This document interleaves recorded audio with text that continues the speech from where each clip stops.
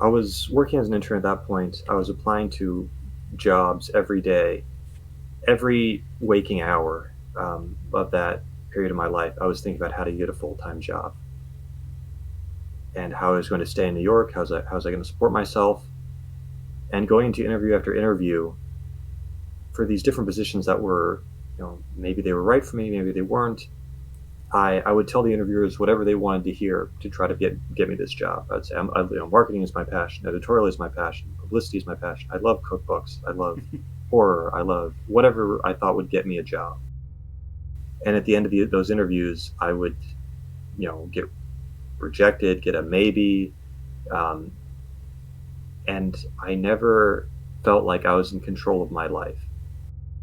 The essence of the story was that there's a fictional doomsday cult of graffiti artists led by a character named Kilroy, who has appeared here in New York City and is now heralding the end times.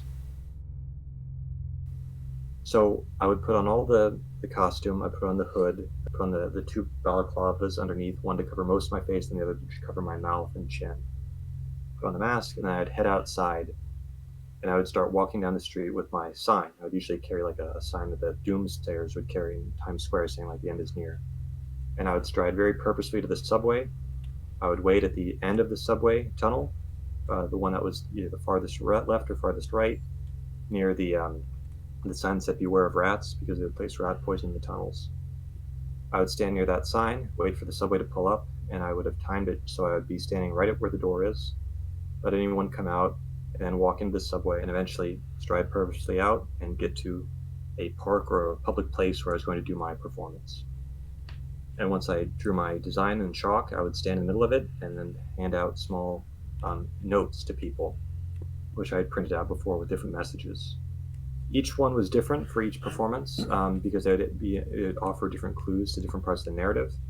But some would be like cryptic hints, others would be instructions, and they would kind of fit together to be part of the overall game. If you want to become a character, you put on a mask, like in a Greek tragedy. That way, someone sees something otherworldly or different from just who you are. I was looking for kind of an elemental graffiti figure, one that was very old and very respected, and I found a couple of the original graffiti artists from New York or Philadelphia, but none of their monikers fit the project or fit the main character, and I didn't want to steal their nicknames. Because for graffiti artists, I think their handles are very, very important and very meaningful to them. When it came to choosing Kilroy, I think I was just looking for the oldest graffiti artist I could find. And one of the most prominent examples of graffiti was during World War II, the Kilroy was here graffito. And no one figured out who started it. He just started appearing, this little cartoon character in different places and camps. And I think that anonymity, that no one knew who started it, was important. And also the fact that a lot of people from the older generation and maybe newer generation might remember Kilroy is here. And the idea of a figure who was partly forgotten by pop culture, who's kind of fading away, was important to the story as well.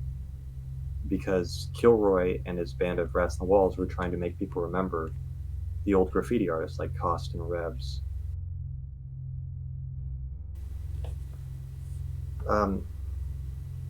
As a kid, we would drive by train yards on the way to the highway. And a lot of these train cars would have elaborate graffiti murals, mostly consisting of names. And to me, it was always a wondrous sort of thing, because when you're tagging these giant letters of your name on the side of a subway car, that name would go to another city, carried on the side of this subway of this train car, and people would start to see it in other cities. And they would wonder, who is Essex? Who is Viti? Who is Yals? And you are known simply by the kind of monuments that you left behind on these train cars.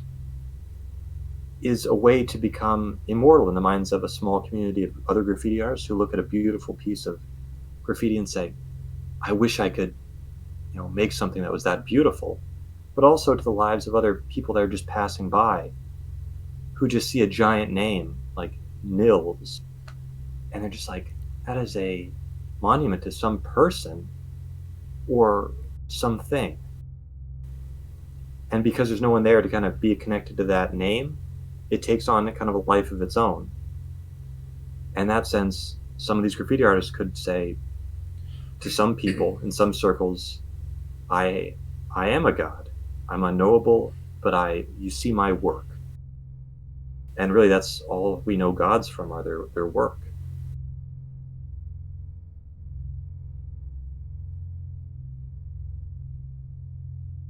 Honestly, it felt very freeing. A lot of people that were in my personal life, like my family and friends, saw what I was doing and said, is he going crazy? Is this like a cry for help? Is he like actually having a psychotic break? But to me, it felt for the first time like I could be, uh, just be, and not have to think about other people's perception of me, not try to manage my image, Mhm. and not have to uh, be the person other people wanted me to be. My mind would be almost completely blank, and it was a huge relief to not have to be myself for a little bit. And I think that pointed that there was something wrong with the normal me, the real life version of me, and being able to just inhabit a kind of persona that was not me was actually incredibly freeing and enlightening.